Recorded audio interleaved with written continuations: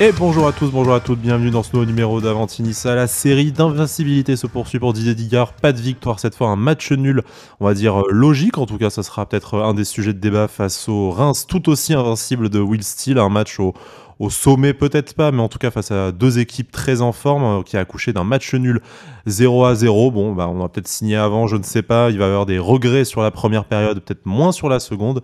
Mais on va parler de tout ça. Là, on vient de rentrer du stade, donc débrief un peu à chaud pour une fois, mais bon, imposé par un agenda personnel aussi qui fait que ce sera ce soir ou jamais. J'ai le plaisir, par cette heure nocturne, d'avoir avec moi Jérémy. Salut Jérémy, comment ça va? Salut Sky, salut à tous. Bah écoute, ça va. Frustré par ce match, un petit peu comme le match aller, mais content de débriefer avec vous ce soir.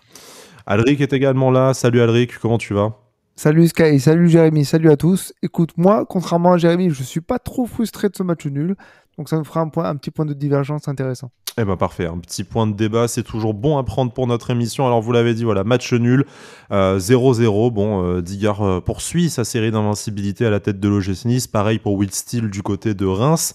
Une occasion manquée, verront peut-être certains, de se rapprocher de Rennes, en tout cas de recoller à Rennes 6e et de se rapprocher de Lille. Les deux équipes joueront demain à l'heure où on enregistre, parce qu'on est samedi soir, donc on va pas trop s'avancer sur le classement. On prend malgré tout un point d'avance sur Lyon. On tient Reims à bonne distance.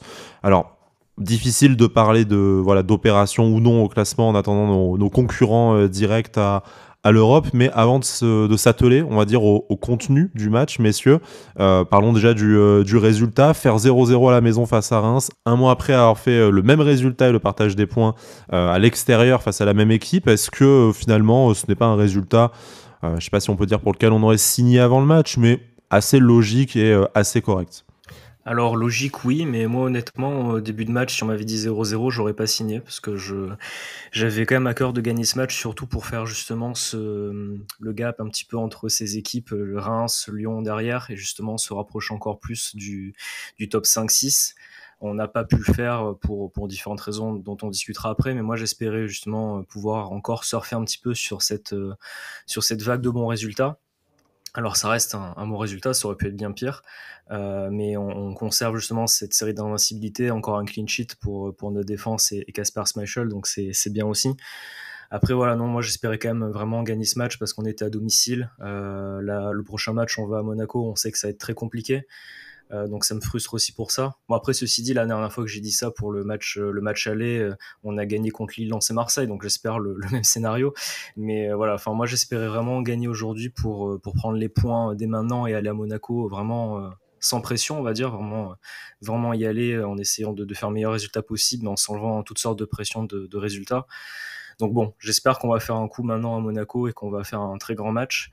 Après voilà, on n'a pas fait non plus un très mauvais match, mais dans l'ensemble, non, moi c'est logique, mais j'aurais vraiment aimé cette victoire. Alric, une occasion manquée de se rapprocher du top 5 et de définitivement entrer dans la course aux places européennes, ou ce n'est que partie remise? On a rattrapé de toute façon ces dernières semaines du terrain sur Rennes, on a mis à distance des équipes comme Lyon et Reims. On ne peut pas gagner tous les matchs, et face à Reims qui partage la même série d'invincibilité que nous, c'était presque inéluctable. Eh bien, t'as tout dit.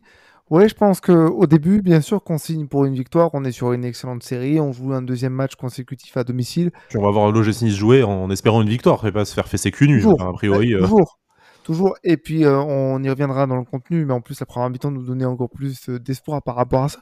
Mais au final, voilà, on affronte une équipe qui est au même niveau que nous actuellement, qui a une série beaucoup plus longue, c'est-à-dire donc encore plus de confiance que nous actuellement. Donc, au final, je pense pas que ce soit un mauvais résultat. Bien sûr qu'on aimerait gagner tous les matchs, ça sera pas le cas, hein, qu'on se le dise jusqu'à la fin de la saison. Mais voilà, ça aurait pu être un match piège, ça ressemblait à un match piège. Donc un point avant Monaco, ça me paraît être une bonne chose. alors revenons sur ce match, un peu ce qui a fonctionné, ce qui n'a pas fonctionné. Évidemment, la grosse satisfaction, c'est sûrement la première période, l'OGC Nice qui a marché sur son adversaire. Jérémy, tu nous disais en off, 10 tirs à 1 à la mi-temps. Et on compara avec les stats de fin de match pour montrer que la dynamique s'est quand même bien inversée dans le deuxième acte. Mais voilà, cette première période largement dominée par l'OGC Nice. Pas mal d'occasions, mais un seul tir cadré au final. L'OGC Nice, Je ne sais pas si on peut présenter le débat comme ça, chers auditeurs et auditrices, coupez pas tout de suite l'émission si vous trouvez que j'exagère, mais est-ce que l'OGC Nice n'a pas aussi montré en première période que sorti des exploits individuels comme ceux de Bilal Brahimi ces dernières semaines, et ben finalement on n'avait peut-être pas résolu tout à fait notre problème d'animation offensive. Animation, je suis pas d'accord. C'est surtout efficacité, parce que dans l'animation, on est très fort en premier mi-temps. J'ai l'impression qu'on joue à 14, on est sur tous les ballons, il y avait de l'intensité physique, l'arbitre laissait beaucoup jouer en ce sens. Kefren Turam a fait du Kefren Turam sur cette première mi-temps avec beaucoup de projections, beaucoup de décalage. Mais par contre, une fois arrivé devant le but, eh bien, soit on tire pas, soit on fait la passe de trop. Et à ce moment-là, on retrouve un petit peu les carences offensives d'une équipe qui a pas envie de prendre trop de risques, qui veut se mettre dans la position optimale. Beaucoup de mauvais choix dans le dernier geste. C'est un peu ça que je reproche. Maintenant, ce qu'on peut se dire de positif, et j'ai envie de retenir du positif en fait sur ce match, c'est qu'on a su se créer beaucoup d'occasions. Ça a été moins le cas en deuxième mi-temps, mais on y reviendra. Je laisse d'abord la parole à Jérémy. Oui, c'est vrai que ce qui est bien, c'est qu'on a pu justement avoir pas mal de situations, je trouve, parce qu'en fait, d'occasions vraiment franches, on n'en a pas eu énormément en fait sur ce match-là, mais plutôt des situations où à vraiment quelques centimètres près à chaque fois, ou à un meilleur choix près, on avait une très belle occasion de marquer.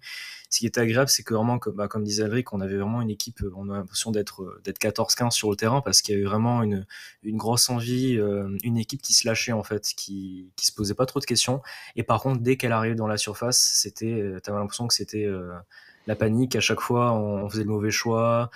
C'était tellement frustrant. Moi, ce genre de match me tend énormément, parce que tu sens au bout d'un moment que t'arrives pas à marquer, donc tu sais très bien qu'après, justement, l'équipe adverse peut en profiter et a failli en profiter. Donc c'est toujours très frustrant. Et moi, c'est vrai que j'ai beaucoup de mal à comprendre, surtout quand tu vois l'attaque qu'on a, les joueurs qu'on a devant, et que dès que tu arrives devant les buts, les joueurs paniquent un peu, ou il y a toujours ce mauvais choix qui est fait, et justement parce que ce qui est frustrant et ce qui est un peu paradoxal, c'est qu'on s'est créé plein de situations et on sentait qu'on pouvait vraiment avoir plein de situations dangereuses, et à chaque fois, au dernier moment, en fait, il y avait quelque chose qui allait pas. Donc en fait, on n'a pas vraiment d'occasion très franche, à part la tête de Thuram en seconde mi-temps, en fait. Mais du coup, tous nos tirs, enfin quasiment aucun tir cadré dans le match. Et voilà, c'est très frustrant. Après, on a quand même pu, au moins on n'a pas pu perdre ce match-là, hein. On va ressortir la formule, à défaut de Pagani, il faut pas perdre, parce que non, mais ça fait un peu poncif dit comme ça, mais c'est le cas, parce que en seconde mi-temps, tu es bouffé, et surtout tu as ce tournant du match qui fait mal, quoi. Ouais, bon, le deuxième acte, on va y venir. Alors, Alric, peut-être que tu me corriges effectivement assez justement quand je parlais d'animation offensive, parce que on a eu ces situations, comme les appelle Jérémy. Donc, on sait que collectivement, l'OGC Nice a progressé depuis la prise de pouvoir de Didier Digard. Hein. Bien entendu, je pense qu'il faudrait être un peu fou pour remettre ça en question. Mais par contre, là où j'ai quand même une petite attente encore au niveau vraiment de l'animation, parce que bon, l'efficacité chirurgicale, effectivement, elle nous échappe sur cette rencontre-là. Pas d'enroulé de Brahimi en pleine Lulu. Il y en a un qui a failli partir. Il y en a un qui a failli partir. Il a été contré au dernier moment par Barclay, je crois, en même mi-temps. Mais par contre, moi, le problème que j'ai, c'est que ces situations-là, elles viennent quand même aussi de positions pas vraiment optimales. Hein. C'est beaucoup de frappes de loin, et notamment aussi de joueurs. Je vais pas dire qu'ils n'ont rien à faire là, parce que c'est bien qu'ils se projettent. On a vu Jordan Lotomba qui a été numéro 10 pendant la moitié du match, par exemple. Mais en fait, c'est pas les joueurs que tu attends normalement pour finir les occasions. C'est pas les joueurs sur lesquels tu dois pouvoir t'appuyer pour être les plus précis devant les buts, des joueurs offensifs notamment. Mais au final, Sofiane Diop a assez peu d'opportunités de se mettre en valeur dans le premier acte. En tout cas, je parle en termes d'efficacité devant le but, parce qu'il a été très remuant et a bien participé à la construction collective. Gaëtan Laborde n'a pas non plus beaucoup d'occasions, même plutôt moins que dans les matchs précédents. Et ça sera un peu notre débat du jour aussi. Terem Moffi, il a le pauvre. Enfin, quand je disais sur mon compte Twitter, Moffi c'est compliqué. C'est à la fois compliqué pour son adaptation, c'est à la fois compliqué pour lui à vivre, je pense, ce genre de match où il a très très peu de ballons à négocier, voire pas du tout. Et après, de facto, c'est compliqué pour lui de peser sur le jeu de l'OGC Nice. Mais je sais pas ce que vous en pensez en fait. Oui, l'OGC Nice s'améliore collectivement, mais j'ai l'impression qu'on n'a pas réglé le problème de servir notre numéro 9, ou en tout cas nos joueurs offensifs en capacité de la mettre au fond.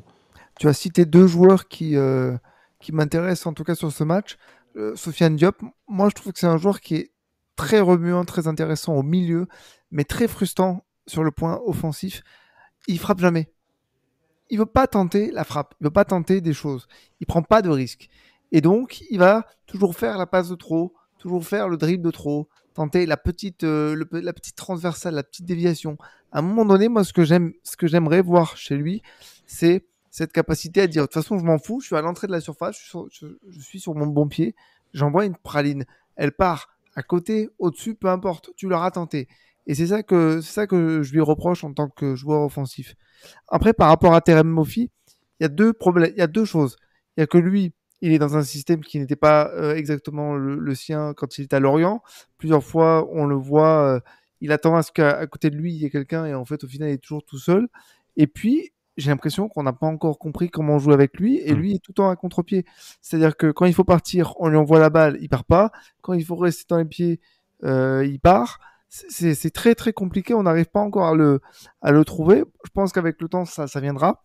Maintenant, j'ai l'impression que ça a déjà commencé à râler sur les réseaux. Bon, après, il y a le poids de son transfert. Quand tu le payes 30 millions, tu t'attends à ce qu'il te mette 3 buts par match. Bien évidemment. Et c'est pas une adaptation à la Ligue 1 dont il a besoin, c'est une adaptation à son équipe, c'est tout à fait normal. Maintenant, effectivement, comme il a coûté aux alentours de 30 millions, l'adaptation, elle ne devra pas durer trop longtemps, au risque de faire grincer les dents certaines personnes.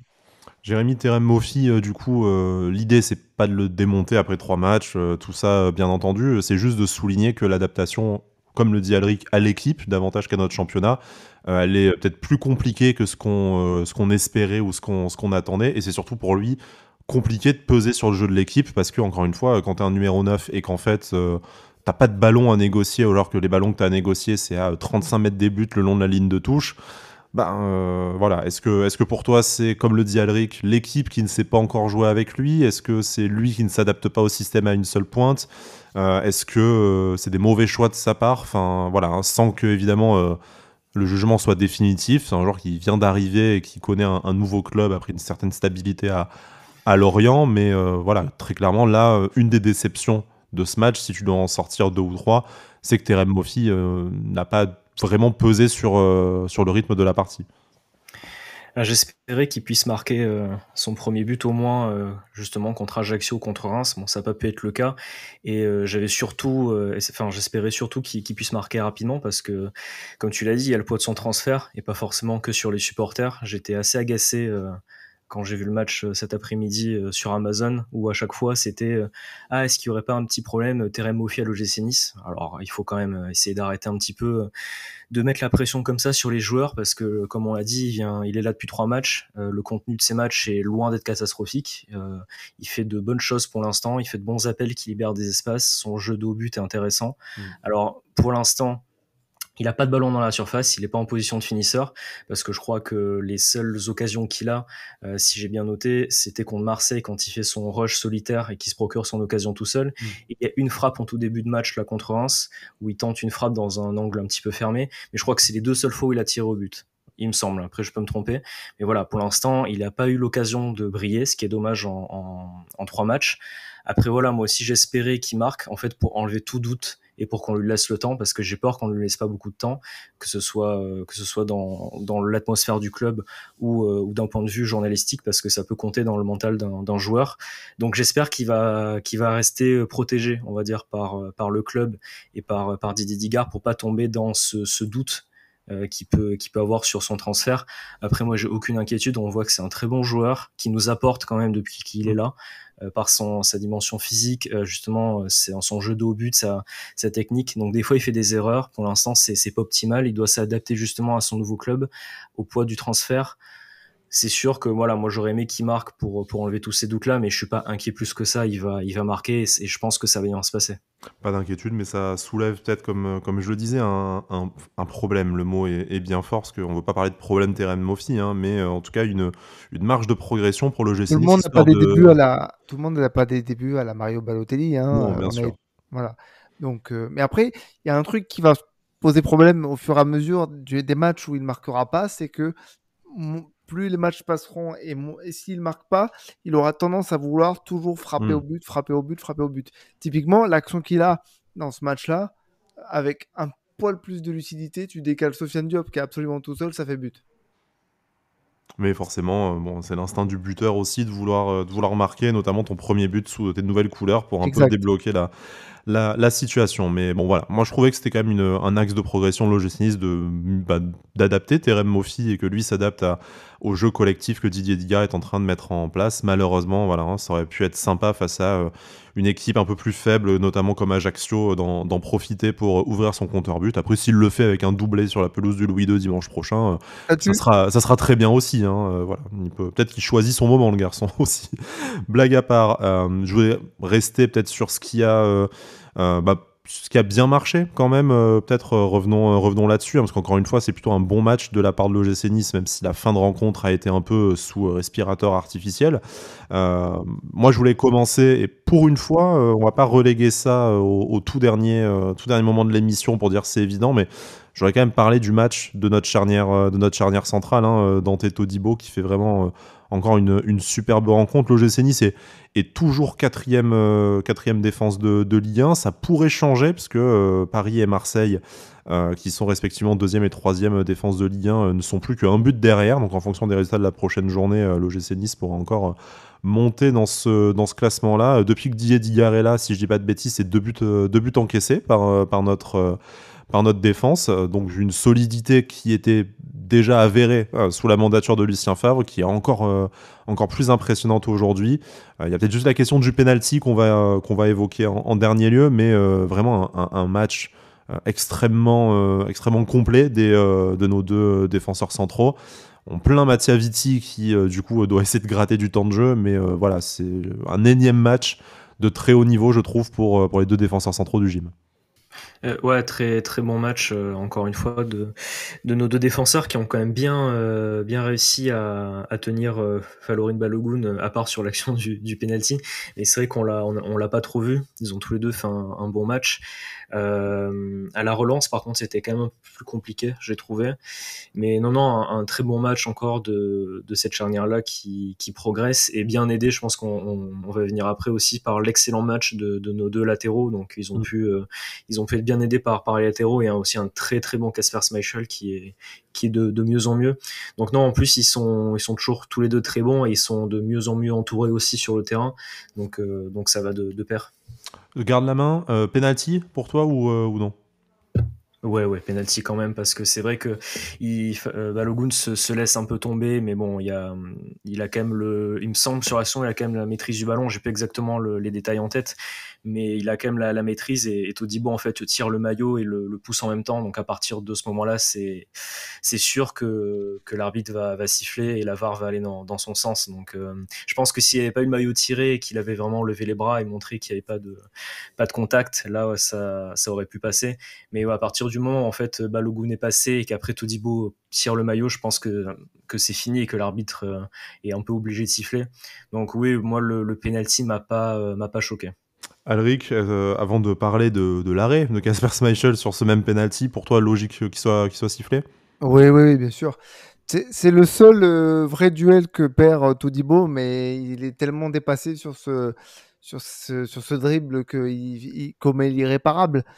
Et heureusement que Casper est là, parce que perdre un match comme ça, perdre un match sur cette action-là, ça peut faire par contre très très mal.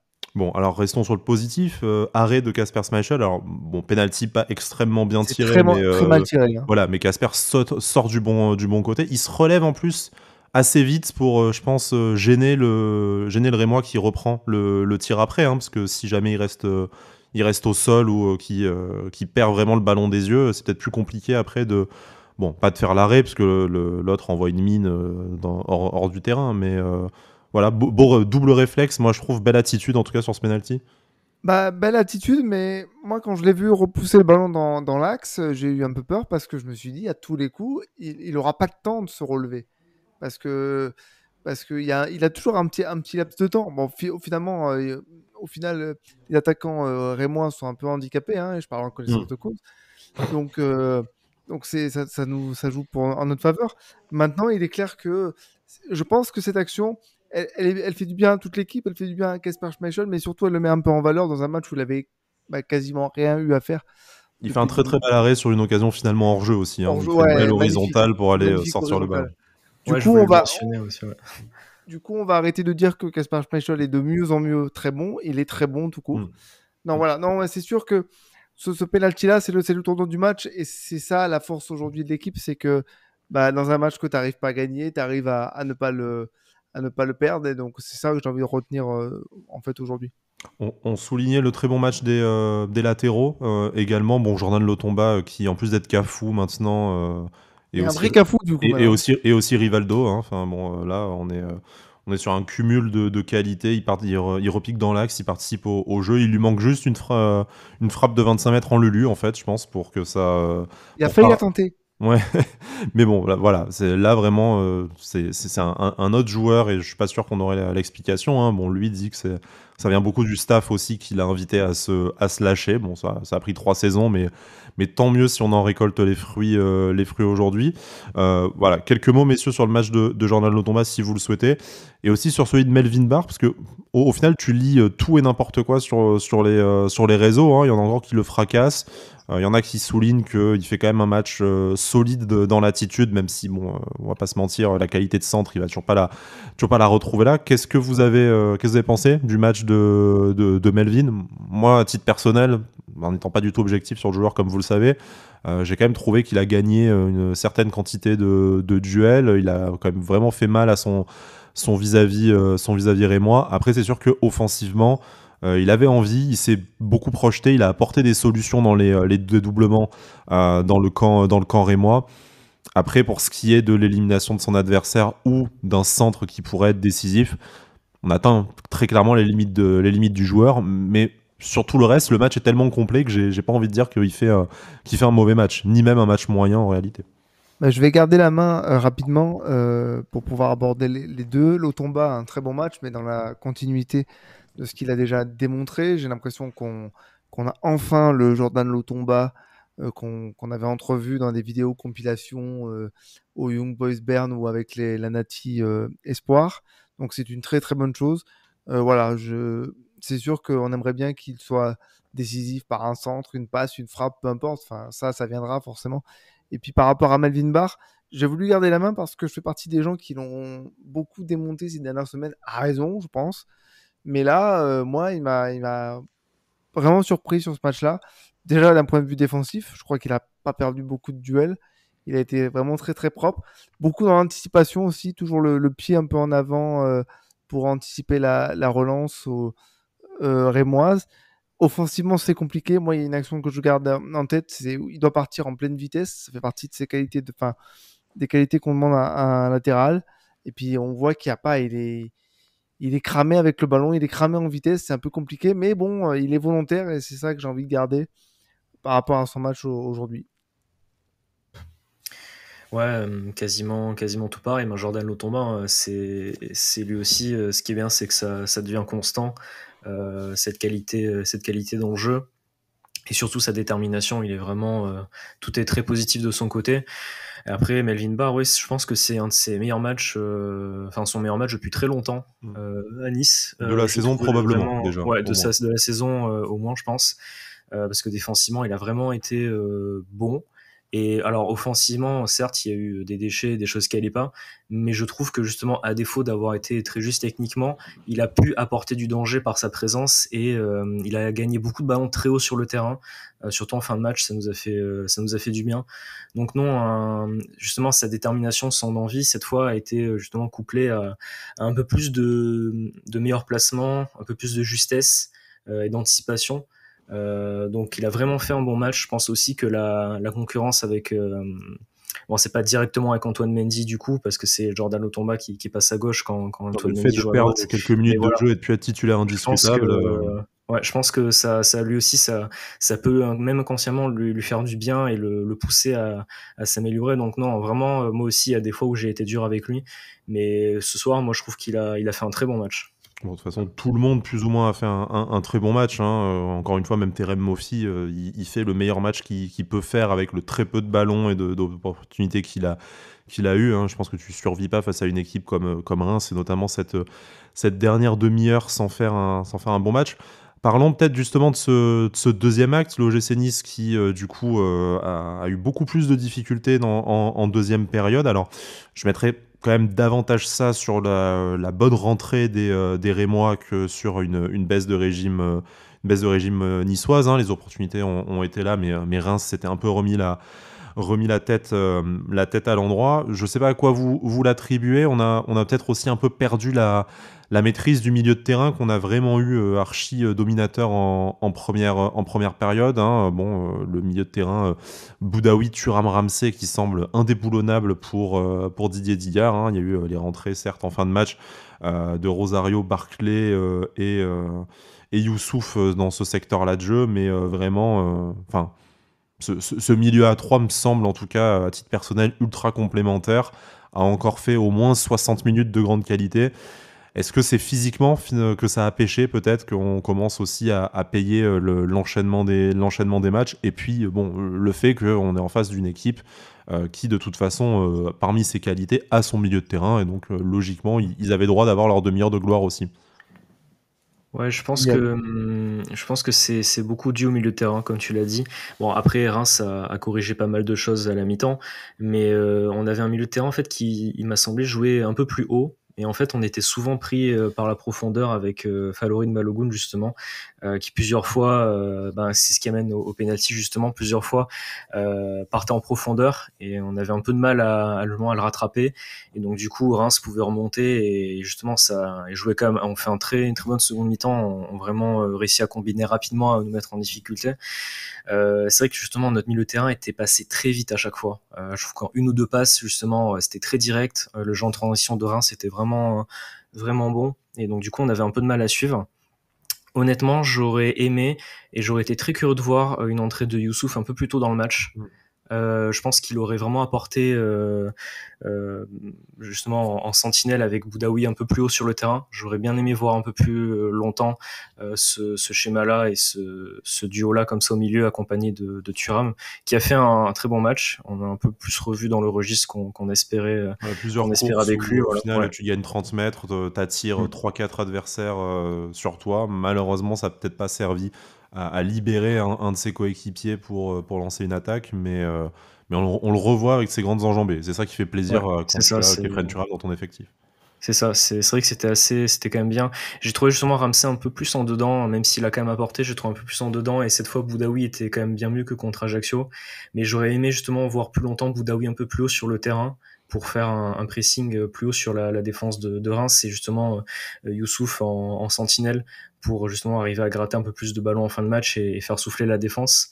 Je trouve que c'était un petit peu tardif, et je pense qu'on aurait un peu plus eu de maîtrise en seconde mi-temps avec cette combinaison-là. Après, bon, c'est peut-être c'est une idée, hein, mais ce serait pas du tout passé comme ça. Mais voilà, c'est vrai que je pense que c'est vraiment le milieu de terrain en seconde mi-temps qui jouait un peu trop haut, et on était pris par la profondeur des attaquants de Reims. Alric, ce milieu de terrain qui est le milieu de terrain type, hein, pour Didier Digard, hein, même s'il y a forcément du turnover, c'est très clairement les trois premiers dans la hiérarchie. Maintenant, voilà, est-ce que tu penses que c'est juste Reims qui a corrigé des choses et qui a fait davantage parler ses qualités dans le deuxième acte? Est-ce qu'on a peut-être un peu pêché par ambition dans le jeu en jouant trop, comme le soulignait Jérémy? Est-ce que physiquement, on a un peu baissé, et effectivement une entrée de Youssouf un quart d'heure plus tôt aurait pu réapporter un peu d'impact et un peu de stabilité à ce milieu? Qu'est-ce que t'en as pensé? Et pour rebondir sur ce que disait Jérémy également, est-ce que voilà, la performance d'Aaron Ramsey, par exemple, dans ce milieu à 3? Alors, pour moi, il y a plusieurs facteurs qui font que cette deuxième mi-temps a été compliquée. Bon, déjà, le premier, c'est que oui, Reims s'est remis la tête à l'endroit. On l'a vu tout de suite dans l'intention, dès le début de cette seconde mi-temps, beaucoup plus de physique, beaucoup plus de pressing, qui nous a mis en difficulté. Après, j'attribue aussi cette difficulté en seconde mi-temps à l'extinction progressive pour arriver à plus rien de Kefren Turam en seconde mi-temps. Il a peut-être fait, allez, on va dire une heure très bonne, et puis d'un seul coup, plus rien. Donc, du coup, tu perds toute ta verticalité dans le jeu. Et à partir de là, on a commencé à enchaîner des erreurs de passe, parfois très simples, qui nous ont fait perdre le ballon très haut. Et on a été pris à la gorge par Serre et moi. Après, vous parliez du match d'Aaron Ramsey. Je ne sais pas si vous avez en tête le nombre de fois où il est tout seul, il lève les bras et il n'est pas servi. Et ça, au bout d'un moment, ça commence à se voir. Il a pas mal râlé sur ses coéquipiers, même dès la première période, hein, ça s'est vu. Il râle aussi sur le manque d'appel plusieurs fois, mais c'est pas la première fois en plus qu'il fait ça. Ça avait déjà été le cas au match aller contre Reims encore par rapport à Gaëtan Laborde. Il râle sur la manière de faire des appels, il râle sur les contrôles. Après, Riza Durmizi râlait beaucoup aussi, c'était pas forcément légitime. Oui, hein, mais tu prends un très mauvais exemple du coup, parce que Ramsey, il apporte beaucoup plus. Quel joueur, Riza Durmizi. il apporte beaucoup plus. Et j'ai vraiment l'impression que, pareil, ça fait partie des joueurs qu'on n'a pas encore tout à fait compris comment on devait les utiliser. Donc ce milieu de terrain, il est très fort, ce milieu de terrain, il est très complémentaire, il est très intéressant. Mais voilà, par contre, en seconde mi-temps, le troisième point que je voulais aborder, c'est oui, il y a forcément eu une baisse physique parce que de la même manière que Ajaccio l'avait fait contre nous la semaine dernière, ça pouvait être difficilement tenir pendant 90 minutes, le pressing agressif, tout ça. Donc ce qu'on a montré en première mi-temps, on allait forcément le payer à un moment donné physiquement. Et le problème, c'est que si on avait 2-0, si on avait 2 buts d'avance en première mi-temps, on aurait pu le gérer tranquillement en seconde, mais vu qu'il y avait 0-0, ça devenait un match piège. Donc oui, moi, voilà, c'est les 3 facteurs que j'attribue pour cette baisse de régime en seconde mi-temps qui aurait pu nous coûter très très cher. Le match qui se termine avec 16 tirs à 10, un tir cadré pour l'OGC Nice, 2 tirs cadrés pour Reims. Ça s'est donc fortement rééquilibré en deuxième période et je pense qu'on l'a répété plusieurs fois depuis le début de l'émission, mais c'est vrai quand tu as un penalty arrêté et que tu fais un peu d'huile dans la dernière demi-heure, bah, oui, tu peux avoir des regrets de pas prendre l'avantage en première période pour te rendre la suite du match un peu plus facile, mais à la fois vu l'évolution de la rencontre, je pense que tu peux être aussi content de t'en sortir avec le match nul. En tout cas, sans se réjouir et dire que c'est un bon point, tu peux au moins t'en contenter avec un minimum de regrets. Hein. Bon, on va pas vous ressortir la maxime, hein, mais forcément, c'est bien aussi de ne pas perdre ce genre de match. C'est quand même ça montre que l'équipe est suffisamment en confiance et qu'elle sait au moins être impénétrable à défaut d'être efficace devant le but. Messieurs, je vous propose de conclure notre émission avec le traditionnel tour de table. Donc on n'a pas parlé forcément de tous les joueurs, mais bon, je pense qu'on a fait quand même un tour d'horizon assez complet des 16 acteurs niçois notamment qui se sont succédés sur la pelouse. Est-ce qu'il y a un dossier, que ce soit un joueur ou quoi que ce soit d'autre sur l'actualité du club, sur la soirée, je ne sais quoi, que vous souhaiteriez ouvrir, histoire d'être tout à fait complet dans notre émission du week-end? Moi, j'aimerais bien... alors, je vais faire très vite parce qu'en fait, c'est pas pour un joueur, mais deux, mais vous allez comprendre pourquoi. J'ai lu plusieurs fois pendant le match que Terem Moffi, c'était compliqué, machin, truc, tout. Mais au final, vous l'avez plus ou moins dit avant, mais on peut pas dire qu'il apporte rien. On peut pas dire que c'est compliqué, oui, parce que c'est un attaquant, il marque pas de but. Ok. Mais on peut pas dire qu'il apporte rien, parce qu'à chaque fois qu'il avait le ballon dans les pieds, c'était 3 joueurs sur lui, 2 ou 3 joueurs. Donc il apporte, pour l'instant, une présence. Et ça, c'est ce qui nous manquait depuis le début.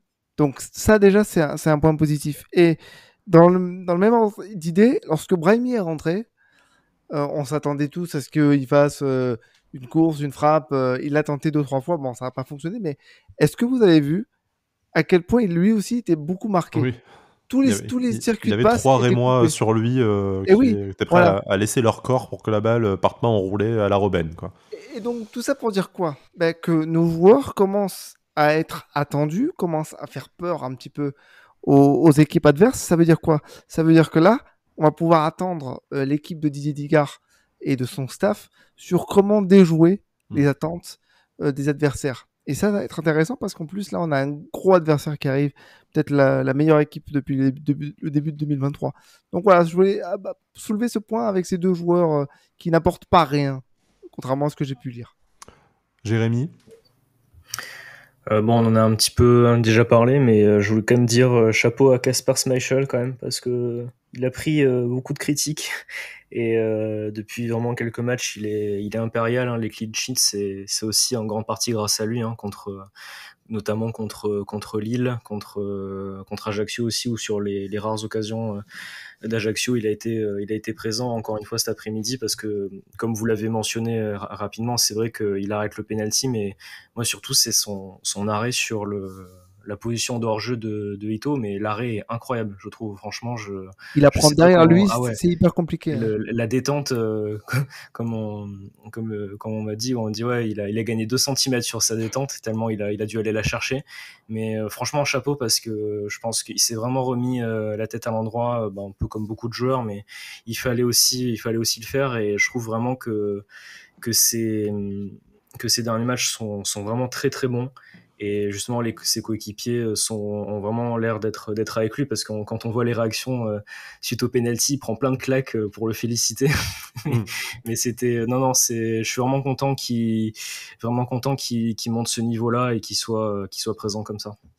Ouais, très clairement, on a besoin d'un gardien décisif. C'est ce qu'on lui demandait au début de saison, d'être aussi capable de nous rapporter des points. Et bah là, très clairement, le point est pour lui. Hein, rien à dire. Bon, aussi pour la défense centrale et tous les autres joueurs qui ont fait un bon match. Mais là, directement, on peut enfin mesurer ce que Kasper Schmeichel nous apporte sur cette dernière rencontre.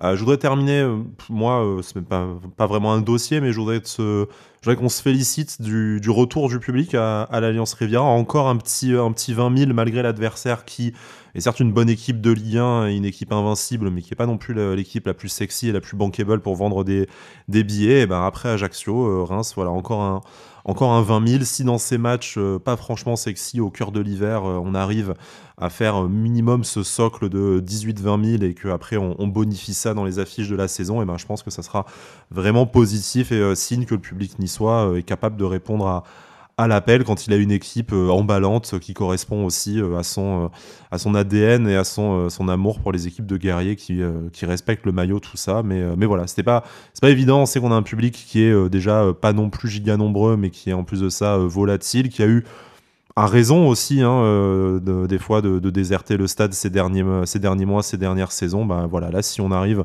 à faire du minimum 20 000 sur tous les matchs qui nous restent à la maison jusqu'à la fin de la saison et qu'on se paye une fin de saison avec une super ambiance au stade et un super spectacle sur le terrain, et on l'espère un super suspense au classement, bah, je pense que déjà ça rachètera 6 mois extrêmement douloureux qu'on a connus sur la première partie de saison.